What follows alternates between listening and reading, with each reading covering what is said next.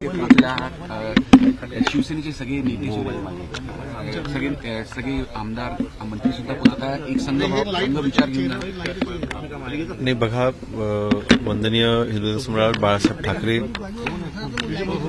त्यांच्यासोबत कैलासवासी गोपीनाथ मुंडे साहेब असतील, कैलासवासी प्रमोद महाजन साहेब असतील, ह्यांनी आपल्या देशामध्ये हिंदुत्वाची विचार प्रखरतेने वाढवला तो पेरला आणि तोच विचार घेऊन आज आमचं जे तरुण आज राजकारणामध्ये असताना, आज रेशीमबाग इथे आलेलो असताना हिंदुत्वादी विचारांनी एकत्र येणं मला त्यामध्ये काहीच गैर वाटत नाही.